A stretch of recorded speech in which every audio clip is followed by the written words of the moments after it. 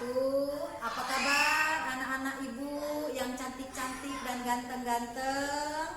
Iya, alhamdulillah kita selalu diberi kesehatan, selalu semangat. Hari ini kita akan mempelajari tentang apa sih itu pendidikan anti korupsi. Kita belajar tentang pendidikan anti korupsi. Apa saja yang ada yang akan kita bicarakan di dalam anti korupsi itu? Nilai-nilai yang harus kita terapkan atau harus kita junjung tinggi ada 9 ya nak ya, ada 9.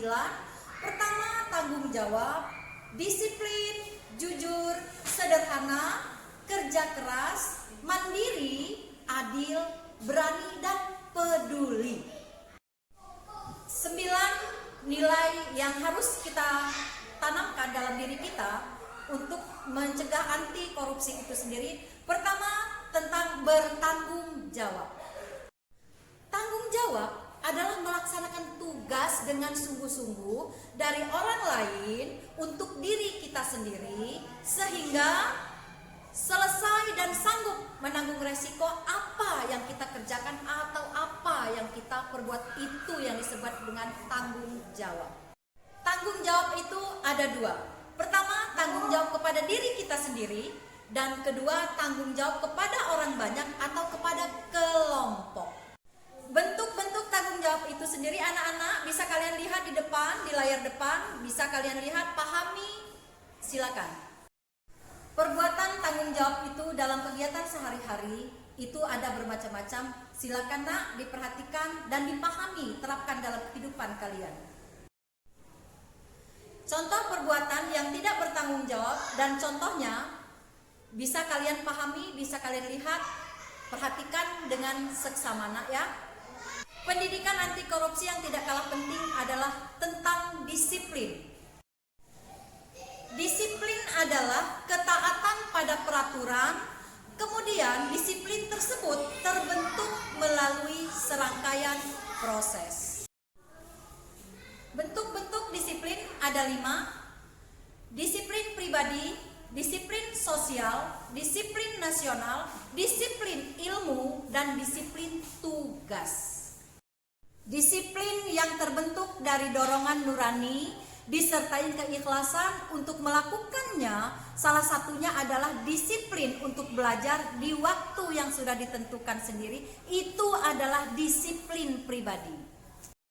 Disiplin sosial, bentuk kedisiplinan ketika hidup bermasyarakat. Kedisiplinan sosial merupakan bentuk saling menghormati kepada sesama anggota masyarakat. Lalu disiplin nasional, terbentuknya kepatuhan terhadap aturan-aturan yang telah ditetapkan oleh negara atau pemerintah. Sedangkan disiplin ilmu artinya mematuhi semua kode etik keilmuan yang jika seseorang itu adalah ilmuwan. Disiplin tugas artinya mendengarkan dan menjalankan perintah dengan sebaik-baiknya. Nilai pendidikan anti korupsi berikutnya yakni jujur. Perbuatan jujur ini dapat diartikan salah satunya mengakui fakta apa adanya, mencontek perbuatan tidak jujur.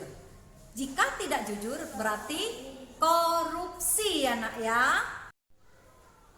Pendidikan anti korupsi yang keempat yakni sederhana. Sederhana dapat diartikan dengan pertama bersahaja, tidak berlebihan atau secukupnya, kemudian sesuai dengan kebutuhan kita, apa adanya, dan rendah hati. Pendidikan anti korupsi yang berikutnya atau yang kelima yakni bekerja keras.